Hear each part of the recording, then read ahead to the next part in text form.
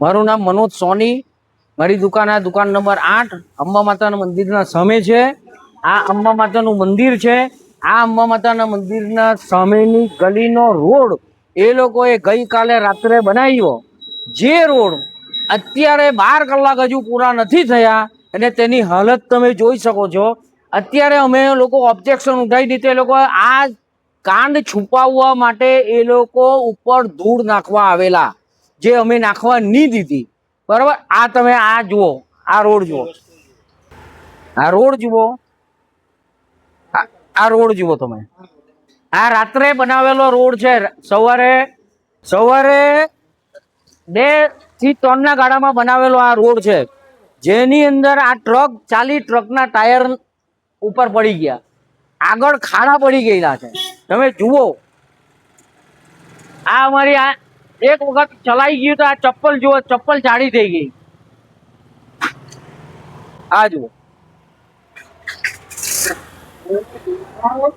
જુઓ, હા જુઓ, હા, આ ખાડા થવા માંડ્યા। હવે અહીંયાથી ભરાયેલા અહીંયા મોટા ખાડા થશે અને આ મારી સામે દુકાન છે, અહીંનું ડાયરેક્ટ પાણી અમારે દુકાનની અંદર કાં આ બાજુ પડવાનું કાં આ બાજુ જવાનું, આવી રીતે ચાલતું રહેવાનું। આગળ જુઓ, આગળ હજુ મોટા મોટા ખાડા છે। દરેક દુકાન ધારક ના અહીંયા ખાડા પડી ગયેલા છે। જે ખાડા મોટા થાય ને તેની અંદર પાણી ભરાશે ને ગંદકી થાય, મચ્છરા થાય, એમ માની લો। આ જોઈ લો, આ જુઓ, આ જુઓ, આ જુઓ, આ જુઓ, આ સવારે બનાવેલો રોડ છે।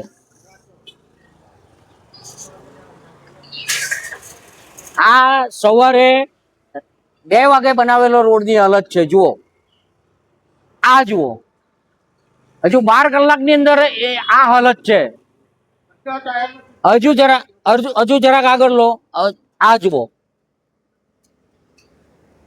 હવે આ જગ્યા પર મોટા મોટા ખાડા થઈ જાય, આ મોટા મોટા ખાડા થશે એટલે દુકાનદારને તકલીફ, પાણી ભરાશે એટલે આ બાજુ ઉડશે કે આ બાજુ ઉડશે। આવનાર જનાર નાના નાના છોકરા લોકો, અહીંયા સ્કૂલ લાગેલી છે, 5 સ્કૂલ છે, દરેક છોકરા લોકોની ચાલવાનો રસ્તો આ જ ગલીમાંથી છે।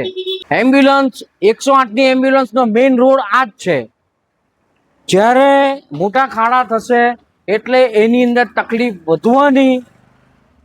એમ્બ્યુલન્સ જાય ત્યારે અમારે એ રીતનો રોડ ક્લિયર રાખવો પડે, જેના લીધે એ લોકોને તકલીફ નહીં થાય। રોડ બનાવવાનો હોય તો હરકા બનાવો, નહીં બનાવવાનો હોય તો જે ઉઠા તેમને તેમ જ રહેવા દેવું।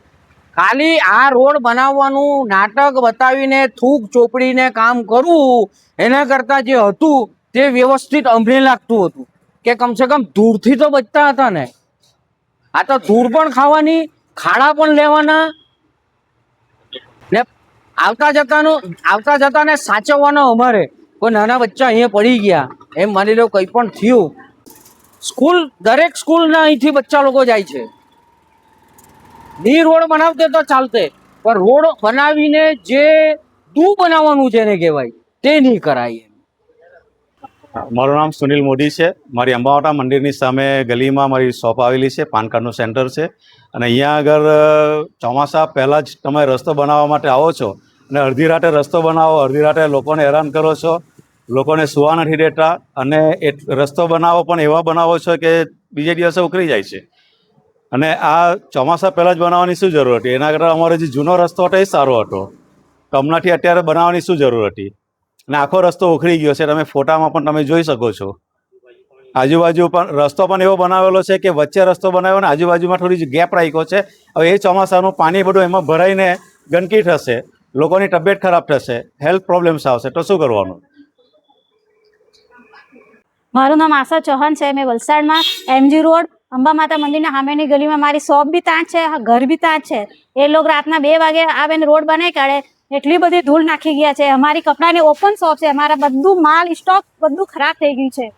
और फर्स्ट बात आ पॉइंट है मेन के ચોમાસા में તમે રોડ કેમ બનાવો? આખું વર્ષ અમારે અહીંયા ગલી ખરાબ હતી, હમણાં ચોમાસું આવ્યું છે તો તમે લોકો રોડ બનાવીને, રોડ બી કેવું બને 2 વાગ્યાથી 2 વાગે 12 કલાકમાં રોડ તૂટી ગયું છે। મારું નામ પુષ્પાબેન મહેશભાઈ કાપડિયા છે। અમે અંબા માતા મંદિર સામે અમે રહીએ છીએ. અમારી ગલીમાં રોડ બને છે, પણ એટલું બધું ધુરાડું ને એવો રોડ બનાવ્યો છે કે ગાડી બી ચોંટી જાય ને બધું જ ધુરાડું અમારા ઘરમાં આવે છે.